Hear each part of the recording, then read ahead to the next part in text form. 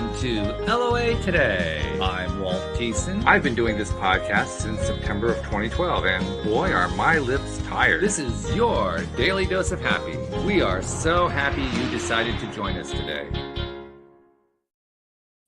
Indeed, we are. Sam is not feeling up to snuff today, so he's not going to be joining us. And a little bit of sad news. Jennifer Burke is finding that it's just not working in her schedule to do this regularly, so she's going to take a back seat for a while, maybe drop in as an occasional guest co-host. But we really appreciate the time that she's put in. There is a little good news on the horizon. I don't really dare announce it yet. But if it all comes to fruition, it will happen on Tuesday, April 11th. So circle that on your calendar. It's going to be, if it plays out the way I think it's going to be really big. A lot of listeners are going to be very happy with it. But you know how it is. I've said before certain things were going to happen or had a chance of happening, and they didn't happen. So I don't want to announce it until I know for sure. But let's just say it's really, really good news. And I've got a special guest joining me today. His name is David Meine. There it is. And David is, well, let's just say he's all about being healthy in every way possible. And he's going to tell us a lot of cool stuff about exactly how to do that. But before we get to that, David, first of all, thank you for joining me on the program. How you doing? I'm doing great. Thanks for inviting me. Glad to have you. Where are you connecting from today? I'm actually in Lehi, Utah. Utah. Okay. Very good. Now, Lehi, I'm not sure exactly where that is, but how cold is it right now where you are? So we're, I think, just around 40 degrees. Oh, that's warmish. Yeah, we've set records. We set a record this week. We have up in some of our ski resorts are now over 700 inches of snow so far. Season. 700 inches. Yeah. Yeah. Anyone who feels like you've had too much snow, think again. Yeah. But that's good news because we've been in a drought. Okay. Severe drought. And so I'll take care of that. And so the lakes that I fish are down dramatically. And so we're hoping this snow, and we've got bad weather all week. So we hope it just keeps coming, even though it's annoying. Well, once you get the melt going, that should fill up a lot of that water and reservoir and so forth. Yeah. Yep. Of course, that's also when you end up with mud season, but that's a different story entirely. But anyway, so you're all about getting more healthy, and there's a story behind that. Give us a little bit of that story. Well, in 2015, I got that news that no one wants to hear, and I had bladder cancer. Oof. And the very next day after I got diagnosed, that something was wrong in my bladder, I went into surgery and they found 3 good-sized tumors. And so they removed them, sent them off, came back, they were cancer. And so that began a very interesting journey for 2 years. I ended up with cancer diagnosis 2 more times. So I had a total of 21 tumors, 3 surgeries, ended up with 2 full rounds of chemo, which is unbelievably miserable. And I was able to suffer through and complete the chemo. And then that kind of was a wake-up call to really start this health journey I've been on for the last since about 8 years now. And share just a few of the insights that you were able to derive from that point on, because obviously when you have an experience like that, you're really motivated. You want to take steps. You want to find something to, first of all, clear your system out where it is right now, and second of all, make sure it doesn't happen again. So we're certain you were motivated, but how did you put that motivation into action? Well, I have to explain that wasn't all my health issues. So I had got diagnosed in 1999 with severe neuropathy in my feet. Oof. I had kind of peripheral neuropathy where my feet were on fire. I had severe arthritis in my right knee, my left hand, my neck, my spine. I also had severe brain fog. I had been diagnosed in my 20s with colitis, in my 30s with Crohn's disease. Whoa. I had, on average, every year, 3 to 4 times of bronchitis, and typically one of those would turn into pneumonia. And so I just I was very athletic, very active. I thought I ate okay. And I just had this health that, with the cancer, they kept putting me since 1999 on medication after medication.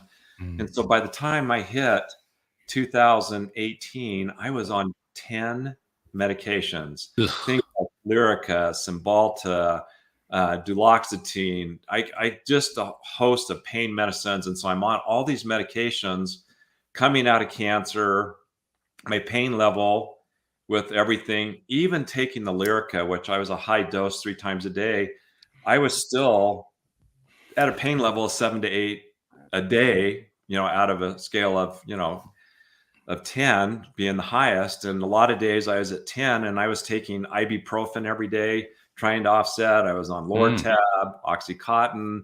I just was doing, it all. And I just come out of this cancer battle. And so I hit 2018 and I found out that I had a leaky gut. Have you heard of a leaky gut?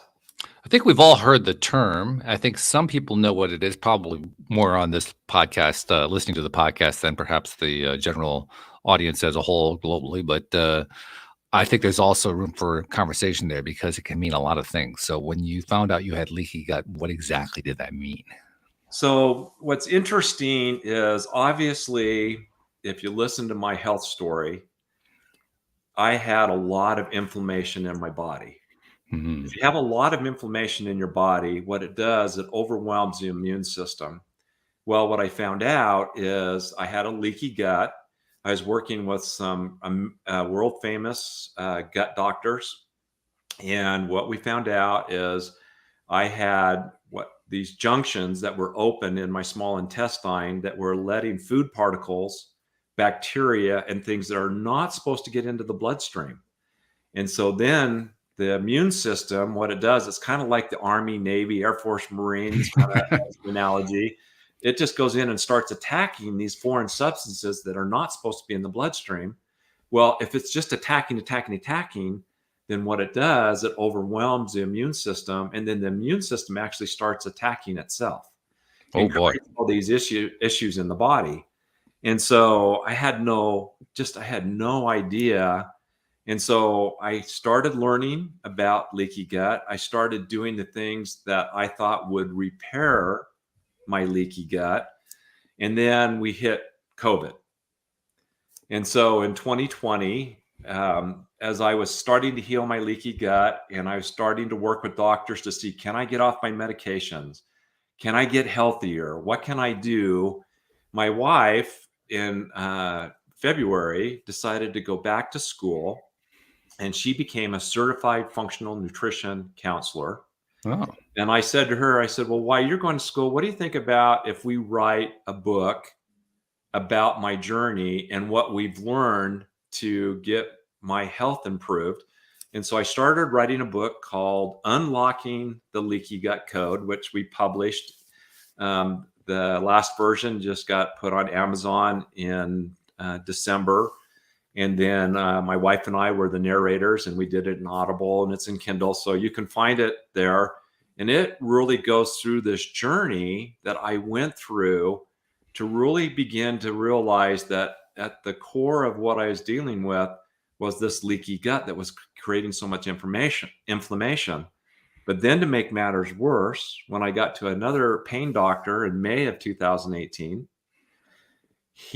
I decided my knee was so bad that I was going to do stem cells in my right knee to see if I could, heal it and the pain. And when he did my intake, he read that I was taking anywhere from 800 to 2,400 milligrams of ibuprofen a day. And he stopped right there and he said, David, if you want to proceed getting the stem cell therapy, one of the things you're going to have to do for 30 days, the next 30 days, you can't take any NSAIDs. And I said, well, what are NSAIDs? He said, they're non-steroidal anti-inflammatory drugs, which, I was taking Advil, and there's, of course, Aleve and ibuprofen and all these different. I took one of my prescriptions was naproxen. And he just says, you have to stop all that. And I said, how would I survive? I'm at a 7 8 to a 10 in pain every day, and you want me to, get that crutch gone. And he says, I'm sorry if you want to do this. And so, I went home and thought about it. It was the end of April 30th, in fact. And then made the decision that I would go a month. Well, then to come find out, I had to stop NSAIDs for 5 months. Oh, and so boy. Yeah. So there's more to the story, but anyway, I stopped taking the NSAIDs, and some amazing things happened as I went down the road. And there are certainly known side effects to NSAIDs and ibuprofen and all those related medications. I'm kind of surprised you didn't say that you were being affected by those, because they can be pretty severe. Well, they all were. And the thing that I learned in July of 2018 was that those drugs destroy the lining in the small intestine. Wow. Yeah. Okay. And that's what opens up those junctions for certain individuals, and that allows the things that aren't supposed to be going into your bloodstream in. So that was really a causal factor behind the leaky gut, which was poisoning your system, which was causing your body to go to war with itself. Exactly. And so thanks to that first doctor in May, I started getting off the NSAIDs, and then I met another doctor in July that's a world famous expert on leaky gut. And then in the fall, I met another doctor, started working with another doctor on leaky gut. And it's been a really interesting journey. But let me give you a little piece of good news in all of this. Good. We need some. Yeah, let's hear it. So with all the work I started doing in 2018, I remember there's two events on October 18th, 2018, when I started. I did no NSAIDs. I was really miserable the first 4 months.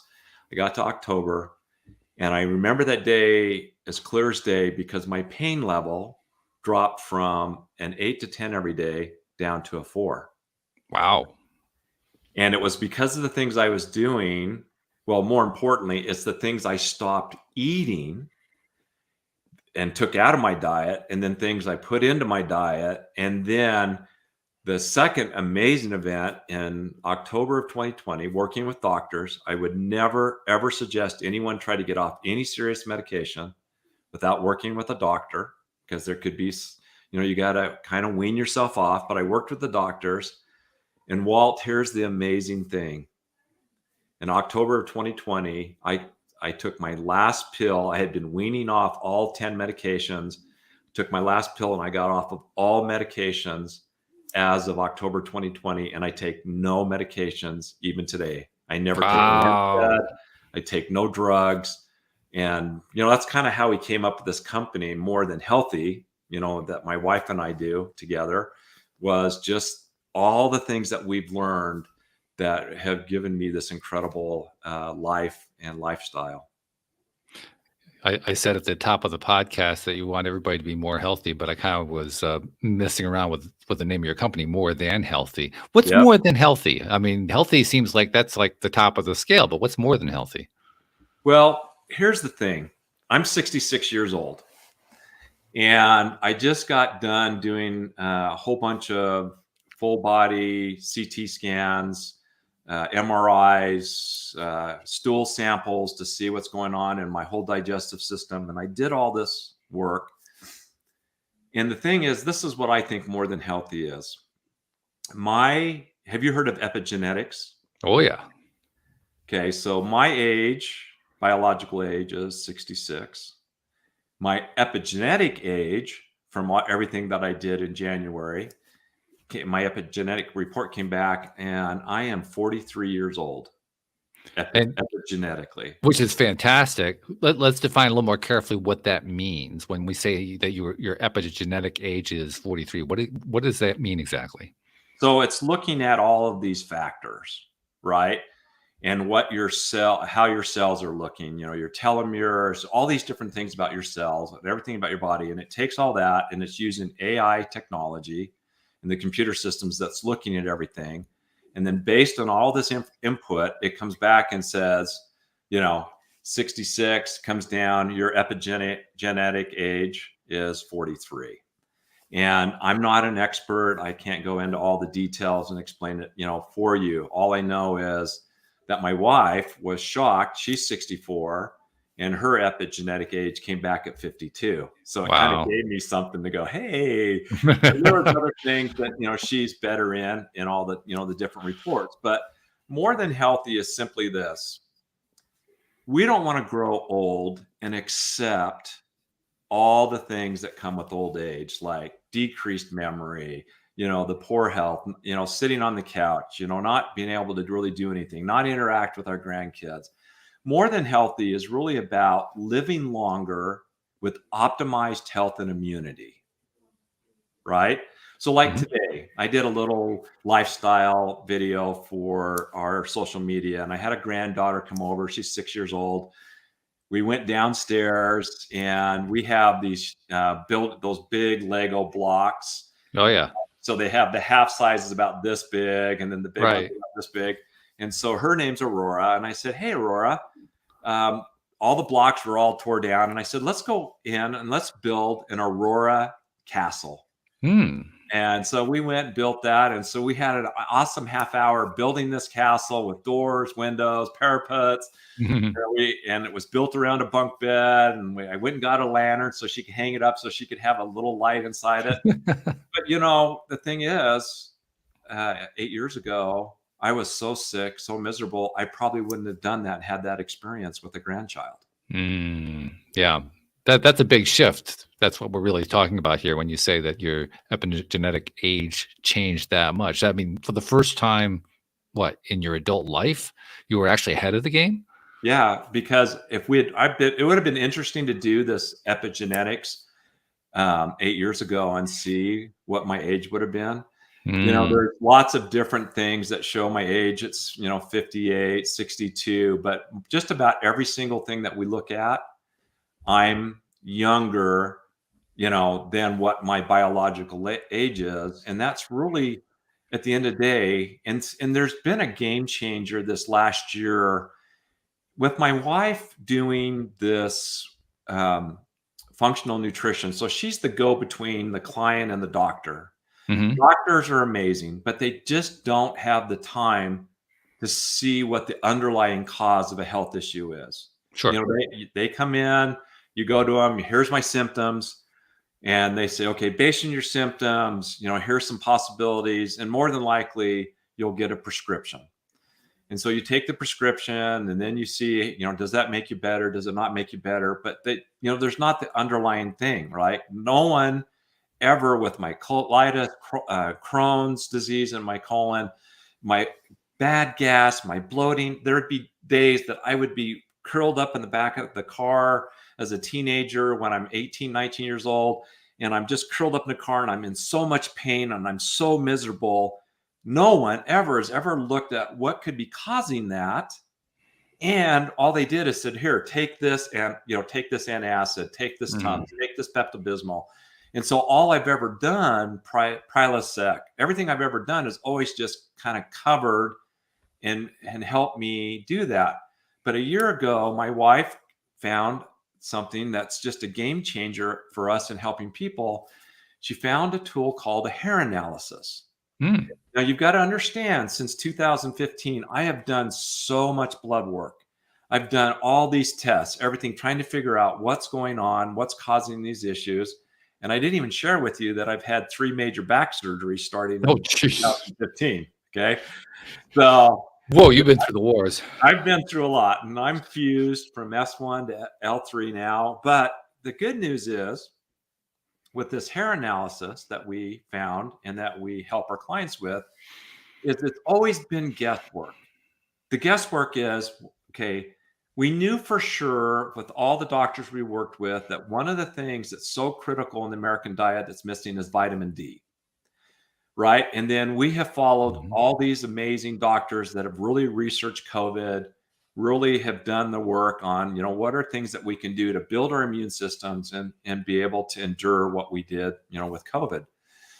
And so I've looked at some amazing studies that showed that out of a group of people, over 700,000 people that were under 20 NGLs of vitamin D, it's 25 and under, and the NGLs 100% died from COVID.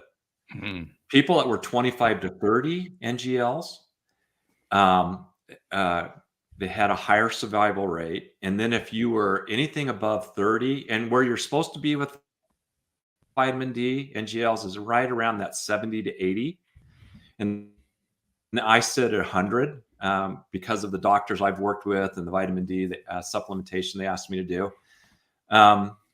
What's amazing is 100% survival rate. So we know vitamin D, but there's so many things we don't know. All these minerals and vitamins that we're not getting in our diets anymore, just because our soil's depleted for the farmers, and there's just all these things that are going on that it's really hard to get what we need in our diets. And so my wife tries to do it through, food, right? That's how you try to get whatever. And so the thing that was tough for her was, okay, what minerals, what vitamins are you deficient on? Are there environmental factors, right? And so here's the amazing thing. All these doctors, all this blood work I did my first October, I did my first hair analysis. My blood work's never shown what came up in my hair analysis. Now, a hair analysis is essentially you take 4 strands of hair from the back of the skull. In my case, since I'm bald, you pull it from your eyebrow. Yep. You put it on a scanner, goes through the computer, goes to Hamburg, Germany. The computer systems look at 800 indicators. It sends back a report that's 36 pages. In my 36-page report, for the first time, we found that I had a parasite. Oh. I also had a virus. I also had a long-term virus. I also had severe EMFs, electromagnetic frequencies. And so for the first time, we had a report that showed minerals and vitamins that I was deficient in. Those are two of the indicator areas. Sure. Well, what's interesting in this score, if you're in high maintenance, means that you really got a lot of work to do. It's at a 35. I came in at a 93. Woo. And here's all the healthy things I've done all this time, right? And so what's interesting with the parasite, 2 things can happen with the parasite. It uses the mineral and vitamin resources or ends up blocking those. So the things that my wife has learned and the doctor group that we're under with this hair analysis said, the first thing you've got to do is you've got to get rid of that parasite. So we found there's a really good product we use. We give to our clients. So I did a 10-day cleanse. It was really simple. You just take 2 capsules in the morning with breakfast, 2 capsules in the evening with a dinner, do it for 10 days. And then what it does is all these ingredients take and will help kill and then get that parasite out. And then 30 days later, you do a cleanse again because of the sloughing and all the things, get all that stuff out. And so it just takes and binds everything, stomach, large intestine, small intestine, colon, gets it out. And then what's interesting, when I did my next 90 days, then the parasite was gone. And then there's some other factors that come up. I had taken care of the EMFs because I used a supplement called spirulina that's really good for electromagnetic frequencies. We did things in our home to mitigate. We had a router in our bedroom, so we took the router out. But anyway, what's exciting for my wife and I is now we have real science, real testing that can give us exactly what people are dealing with. And then what we do every 90 days is we just say, hey, you just work on a couple of things. And so I dropped my first 90 days, I dropped from a 93, which is a really bad score. I dropped down to a 54. Now I'm still above the 35, but look how much improvement I was able to make in 90 days. Now, the next 90 days, I worked on some other very specific things that come up in the report. And the bad news is, after all the work I've done for 8 years, I still have a leaky gut. Wow. But good news is, in January, we found out I am actually missing an ingredient in my small intestine. And that ingredient we introduced 3 weeks ago. And what it does is this ingredient actually builds the mucus barrier that's supposed to be on the inside of your small intestine. And for some reason, whatever from youth or the fact that I wasn't nursed, my mom didn't nurse me. I was bottle fed, who knows of all the things. And then all of the antibiotics I've taken and everything that's happened that's destroyed my gut. This one ingredient, Akkermansia, has now been introduced, and we're now trying to build that mucus layer. And then, of course, down the road here, we'll get a test again and see if that is being built. But it was weird on my hair analysis. It was showing that I still had the potential of a leaky gut. Interesting, huh? Very interesting, yeah.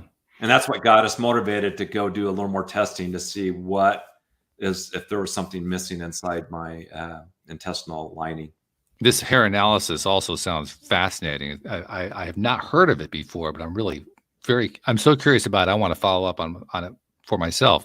But more than that, I'm also curious to know more about the EMF part, because let's be honest, I've heard lots of reports from people. Oh, EMFs are so dangerous, 5G, blah, blah, blah, blah, blah, blah, blah. And there are many industry experts. We won't even go into the politics of it, but there are industry experts who say, oh no, that's a bunch of rubbish. It's a bunch of nonsense. So the question I have for you is, how did you know that EMFs were adversely affecting you? Because to me, that's been one of the big pieces missing from the conversation.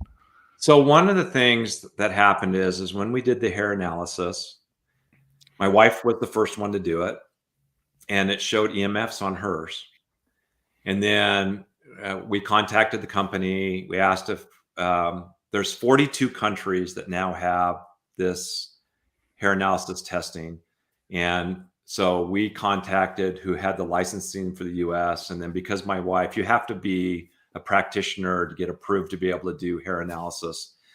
And so she did it. And so she actually went out and spent hundreds of dollars on meters. So there are meters that you can buy, these probes and meters that you can walk around your home, plug into your electrical. You can walk around your home and the walls and everything. And so when we got to our master bedroom, we were shocked how strong the signals were in our bedroom with meters. And then we had 6-7 years ago when we moved in this home, my wife, unbeknownst to me, 6 years ago, thought she was going to be a widow. I mean, and you can kind of see her thinking. She's sure. I mean, considering everything that the cancer's back and whatever. Yeah. So she inspired me, motivated me, asked if I would sell our company. We had a very large company. It was a health, if you can believe it, was a health and wellness company. So we sold that. We downsized, moved into this home, and when we moved in the home, we wanted the router, and so we got Comcast and got the big white Wi-Fi box and put it in our bedroom, thinking that was a smart thing to do. Well, you can imagine the kind of signals that were coming off of that. So we got that moved. Okay, but wait. I'm still not getting the answer that I'm looking for. I get it. EMFs can be detected. There's no doubt in my mind about that. All right. The question is, how do you know that EMFs are adversely affecting you? What's the evidence of it? It's just the science, right? But that's the thing. The science is in dispute. So that's why I want to know what the evidence is. But leaky gut's in dispute. Well, Alzheimer's can be cured. Understand. In dispute. Everything's in dispute. I'm just trying to zero in on what is claimed to be the scientific evidence that says EMFs actually have certain negative causes, because I haven't seen that yet. All I can do is we look at the science, we look at the studies that are out there, and some people agree, a lot of people don't agree. All I can tell you is that we started mitigating the EMFs. EMFs affect your sleep. EMFs affects your nervous system. Okay. There are studies and science that shows that. We did a blog post on it. We have a video blog post. We talk about EMFs. We have all the research, all the links on our website, More Than Healthy. And then what we did is we got the blue light out of our thing at night before we go to bed. We make sure we turn off these overhead lights, right? We took our phones, we turned off our phones and put them in mode, put them in our closet. And then we mitigated the EMFs that were coming off the electrical in our room.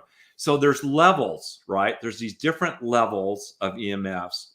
All I know is that my sleep's improved. My nervous system has improved. There's things that have improved once we started mitigating the EMFs and we started taking spirulina, which is a supplement for EMFs. And all I can tell you is I'm doing way better.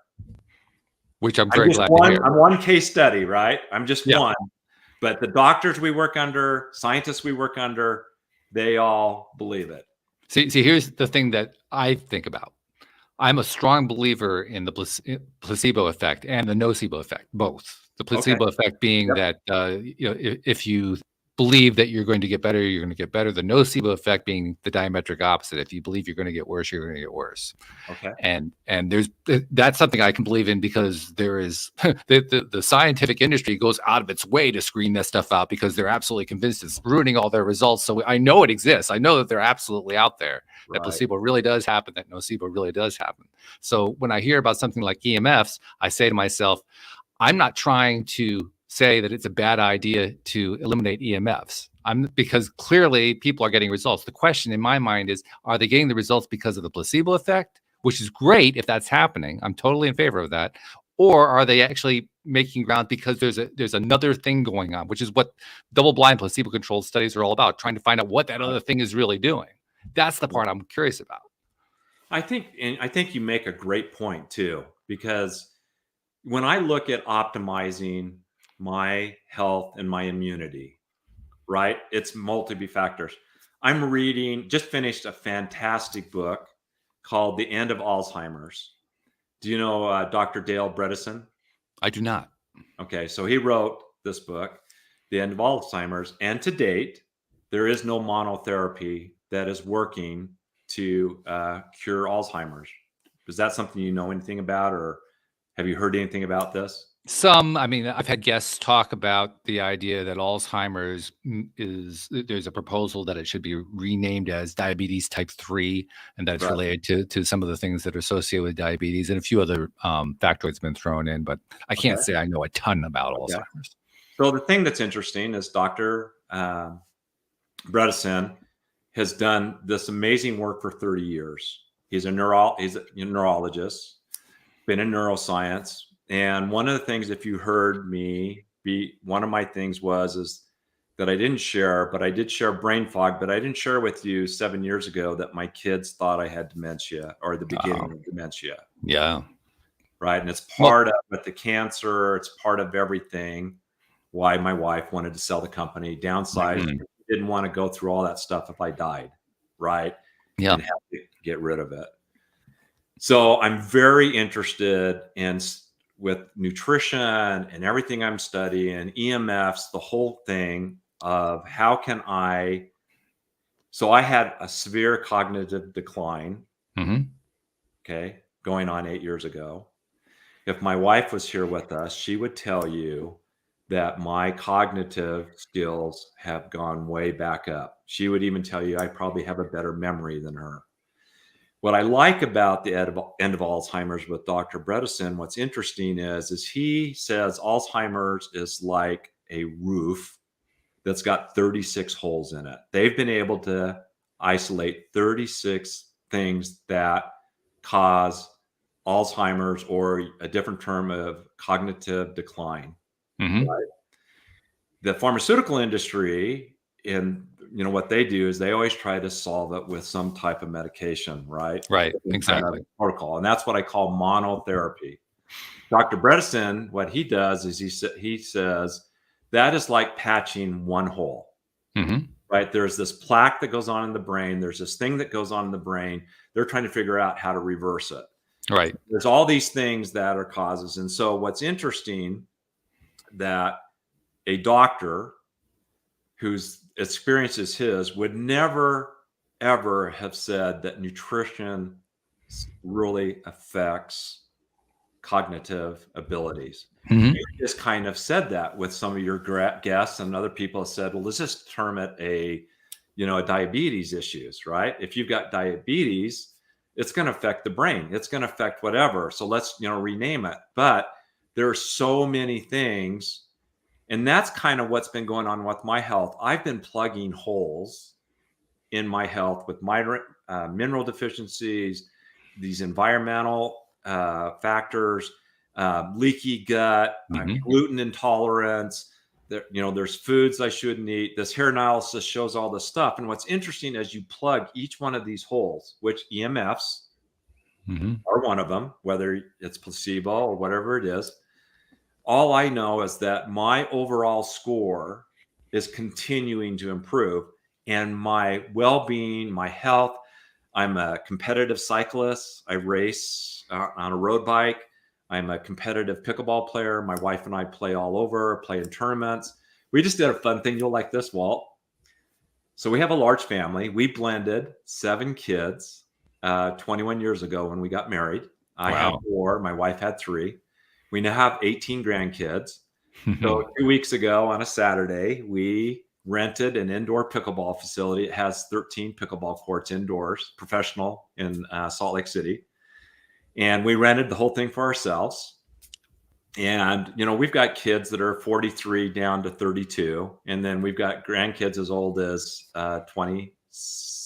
The oldest is 26, 43. Yeah.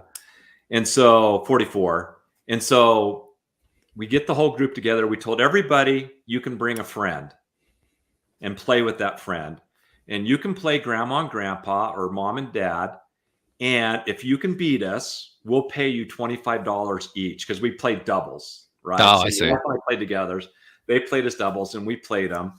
And when we got done after 3 hours and everybody got lessons, we brought in people to teach lessons. We did a tournament, did whatever. But while this is all going on, people could come play us and they could play us multiple times. Mhm. No one beat us. Wow. And now everybody's inspired to go, okay, next year, because we're going to do it again. Next year, we're going to figure out how to beat grandma and grandpa. The thing is that's funny is that we played not to lose. Mm. They don't know we played not to lose. They didn't know we didn't play to win. Mhm. So if somebody really brings it on next year, we can turn it on. But my point is, because of all we've learned and the things that we've done one step at a time with our health, look at the things I do. I ski every week. I'm an avid snow skier. Mm. And the thing is I get to have this amazing life instead of accepting cancer, accepting neuropathy, accepting the arthritis, accepting the brain fog. I'm like, is there things I can do? And look at the life I have today. Which is fabulous. I love it. I absolutely love it. I think it's absolutely terrific. I want to carry on just one degree further with the line I was following before, because one of the main reasons I was following that line wasn't so much to come down on EMFs; it was to come up on placebo, to come up on the power of the human mind. It's something that I wish both the mainstream medical community and even the alternative medical community would pay more attention to. The alternative medical community does pay a significant amount of attention to it. But honestly, I don't think anybody's giving it enough attention. I've even had a guest on the show who is a placebo researcher, mainstream placebo researcher. And I got her to admit that the only placebo research that she does is pain relief.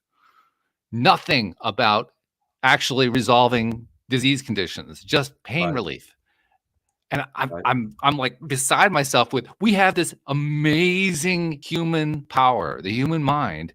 And it's like the medical professionals on both the mainstream and the alternative side are saying, yeah, okay, well, that sounds pretty cool. So here's some other ideas for you. And like, what? Wait, stop. Yeah, I think that's a good point. Every week we started, well, we just published our 64th weekly tip. So we have a YouTube channel, More Than Healthy Living, and we're just relaunched our YouTube channel. As I was telling you, we've been using StreamYard to do all those videos, and now we're Right. moving them to YouTube. And every week we pick a subject, whether it's water or it's sleeping or it's glutamine, or we did the omega 6s and 3s coming out this next Monday. And what's interesting is placebo. I like where you're going with placebo, but if something's going wrong in the body, for example, the American diet, if you look at the one that's coming up, we're releasing on Monday, What's so fascinating is the American diet has us at 18-1. So 18 omega-6s to 1 omega-3. And what you're supposed to be 2-1 or 1-1. Mm-hmm. Now, we're getting a lot of bad omega-6s from French fries, right? Hydrogenated oils and canola oils and these really bad oils, right? If you're using, avocado oil or MCT oil or whatever. And so what's interesting is if I gave somebody if I did a test and I said, okay, I'm going to give you this placebo and this other group, I give you the right oils and I'm upping your omega-3s and I'm trying to get you to a 2-1, 3-1. That scientifically you can't do. I mean, you prove, and we have all the research links. We have everything on our blog post. So we have the video and the blog post. What's interesting about that is I can't sit and go, okay, power my brain, change what's happening with what I'm consuming, what I'm putting in my body, take that bad oils, the too much omega-6s that I'm getting, and get me to a 2-1 or a 1-1 ratio. I hear you. That's not, Now, here's a question for you, though. okay. All right, I'm gonna take the same idea and I'm gonna flip it around. Okay. Because I think you're absolutely right. I think it's very important to tie in the medical research on the non-placebo factors that are involved. Okay. The Good question point. that I have is, why is it necessary to say that when we achieve a result where I believe the two are working together? Because I think that's really the key factor here. I don't care what the research is. I don't care what the scientific result is. I don't care what the treatment is. In every single case, I believe that what we're calling a placebo, I'm going to call it the mental factor or the belief factor or something along that line. The mental belief factor works off of the treatment, works off of the science, works off of it, because when we hear the science, we believe more easily. We're more confident. And so the so-called placebo effect kicks into a higher gear because we've just kind of eliminated all this resistance about this particular thing that we thought before we couldn't resolve. Now we think we can resolve it because we got this medical science. So now all of a sudden the placebo effect becomes powerful because it just upped the belief factor. So I'm not saying separate them, just do one or the other. I'm saying let's celebrate and really point to the power of the belief factor when working with one of the technologies. Thank you so much for redefining that, because you are absolutely 100% correct. If I didn't have the motivation and belief to get on this path and change my health, it wouldn't have happened, Walt. That's right. Let me tell you just a quick little funny story. I have a guy that has the same back issues as me. I took him fishing. I have a boat I keep on a lake in Utah. And so I take people and I love to just kind of guide and help them catch fish. And I'm with them. I'm telling them about my book and that, I was an Amazon bestseller, the first version that came out, and was talking about the book, and I was talking about leaky gut, and I was talking about what gluten and wheat and how it's genetically modified. I'm going down this path trying to help him and convince him. And he looks at me and he goes, David, I would rather die than give up gluten. Mm-hmm. And at that point, there's not another word I could say, because he didn't believe, like your placebo effect.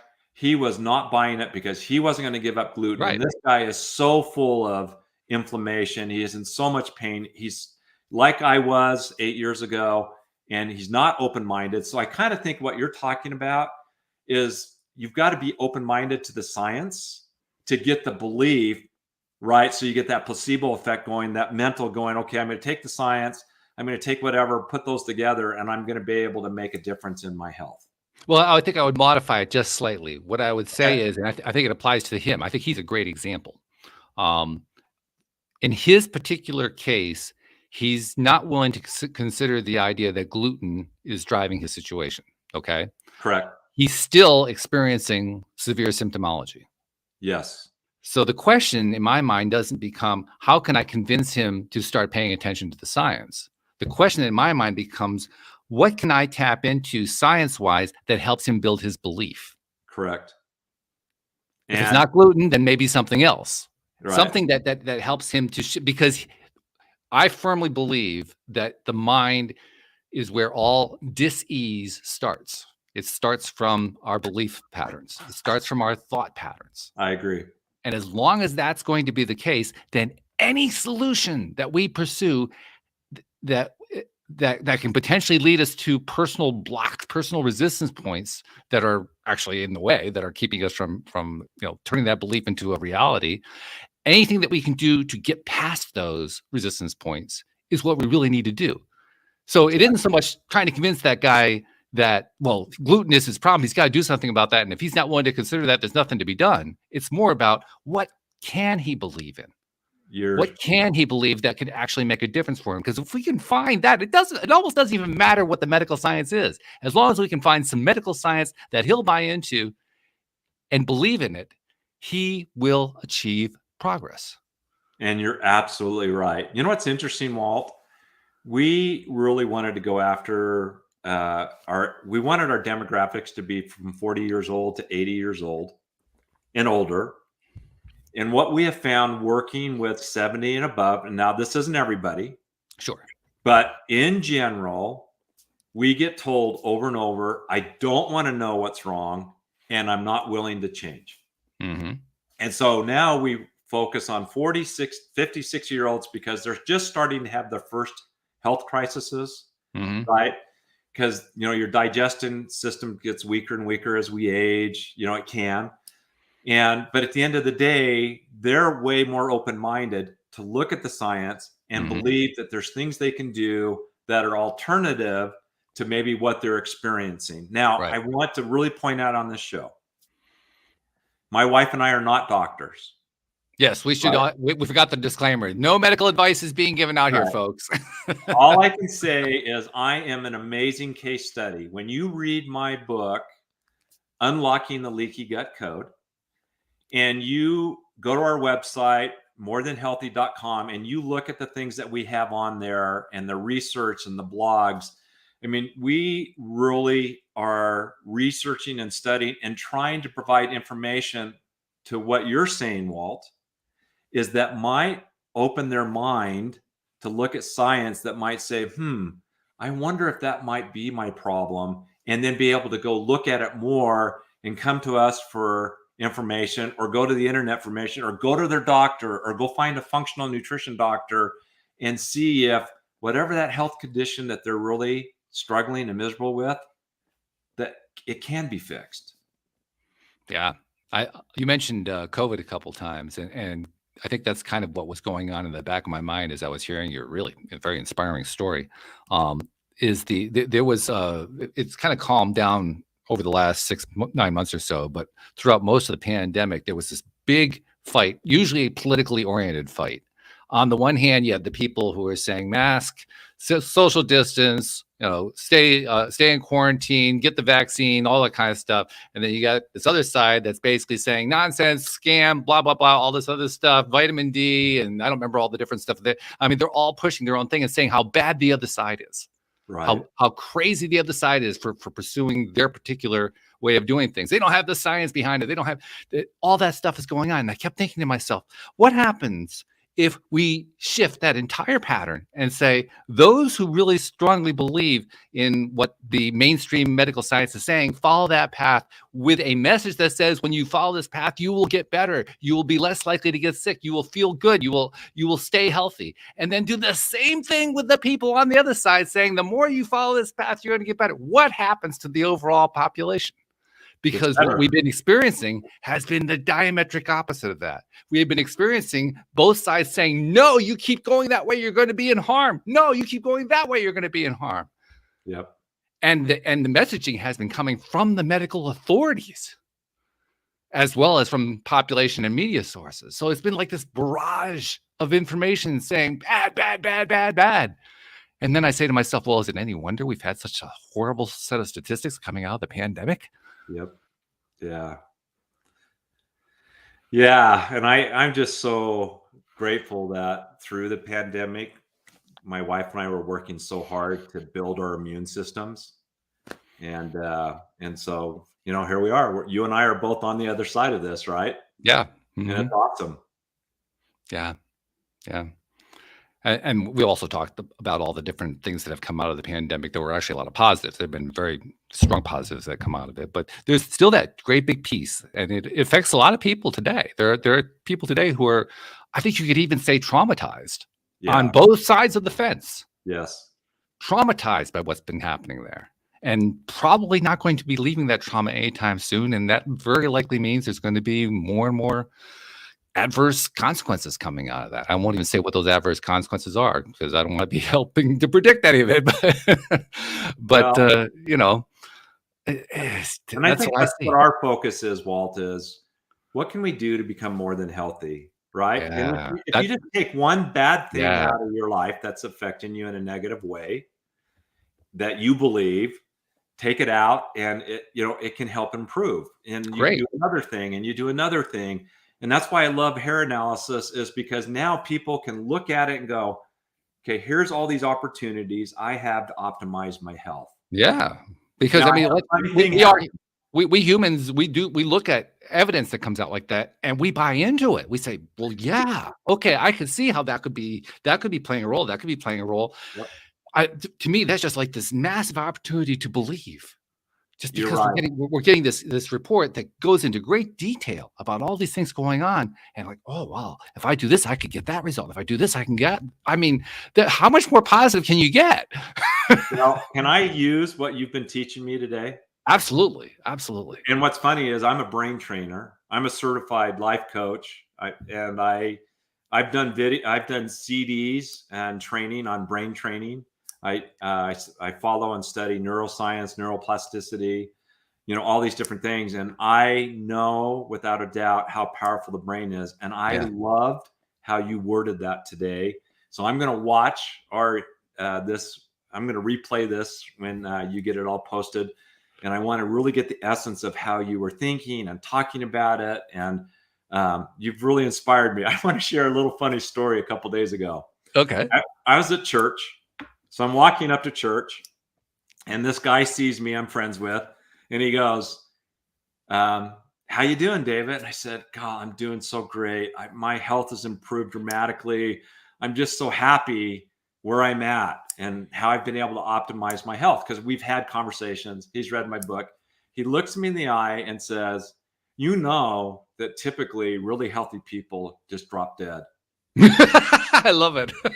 And he just walked by me, and he was dead serious. And I was like, okay, okay. I didn't even, isn't that funny? And I was like, oh, great, thanks. There's the power of the mind, right? If I had no matter what I do, I'm going to die, Yeah. I would die, right? If Mhm. I believe I can do whatever I can to extend my life. And all I really care about, one of the foundation of our health journey, the first foundation is find a why. Number 2 is sleep. And then we have these pillars. Mm. My thing I just want to share with you my why of how come I've worked so hard to improve my health. Sure. Yeah. At 95 years old, I want to celebrate my 50th wedding anniversary with my wife. We Oh, just that's great. finished 21 years. And I want to be lucid, and I want to be able, we love to dance, and I want to get on the dance floor, and I want to have a great time. I want to know who she is and I love it. have this great thing. That's my motivation. That's my long-term goal of why I'm doing everything I can to have that special event in my life at 95. I got to ask you because I'm a social dancer. Are there particular dance styles that you dance, or you just do freestyle, or what kind of dance do you do? My wife and I went and we learned how to do ballroom dancing. We've Okay. learned, the tango, all these different things. And so we just love to dance, the 4th Yeah. step. And so when we get out on the floor and dance, we just start flowing, and people just stand back, watch us, and go, wow. Yeah. And so, and because my wife loves music, she loves to dance, and we just make a great team. It's an amazing feeling too. I'm kind of doing a little side commercial here for dance. Anyone who's ever considered trying social dancing, ballroom dancing, Yeah. anything along that line, do it. It is amazing. It is an amazing, amazing experience. Well, and it really gets those endorphins in your brain It going, does. Yeah. Yeah. and you get the movement and the exercise, and you get that connection with the person that you're with. In my case, my wife, and whoever, and when you finish that evening of dancing, you're so much closer together in so many ways. Absolutely true. 100%. Totally agree. I got to tell you, Dave, this is one of the best shows that I've had lately. I have a lot of great shows. I mean, but this is your daily dose of happy, and it's a daily dose of happy every single day. It's wonderful. It feels great. I have great guests, great co-hosts. It's wonderful. This is one of the best ones I've had in a while. Two things we got to find out from you before we part company today. Okay. First and foremost, how do you get that hair analysis? So just go to morethanhealthy.com. All right. You have two things you can do when you get there. You can schedule a free consultation. Typically, they're with me or someone else. Or you can go to hair analysis, find the tab, click down in it. It'll explain more about the hair analysis, and you can just order it through there. But, a lot of people would like to just learn more. And so what we do is I do this consultation. We get their email, and then we created an ebook. So people can get the ebook and read the ebook and really understand what it is that they're getting involved with, and they can learn. And so, there's just a lot of great resources on morethanhealthy.com. All right. So we'll make sure that we include a link to morethanhealthy.com. And you also had a published book. What was the name of that one again? It's called Unlocking the Leaky Gut Code. Mm-hmm. And it's a roadmap to reclaiming your health. Okay. I presume that's available everywhere. It's on Amazon. So you can get it in paperback on Amazon, or like I said earlier, my wife and I were the narrators. And so you can get it on Audible. Got the Audible. Okay. And you can get it on Kindle. Okay. Very good. So all the Amazon products then. Yes. So that's fabulous too.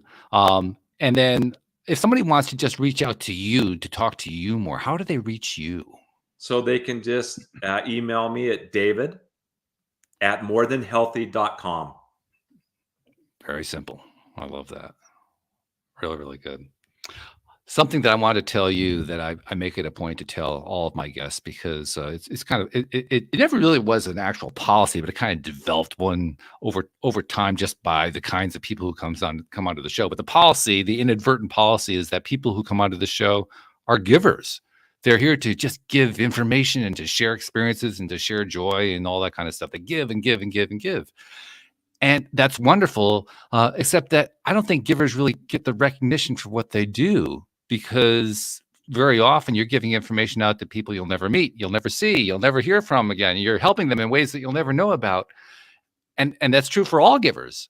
Well, I think we need to be recognized for that.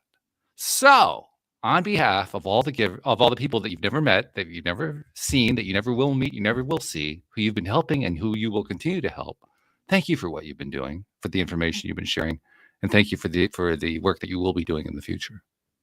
Wow, thank you. That's amazing.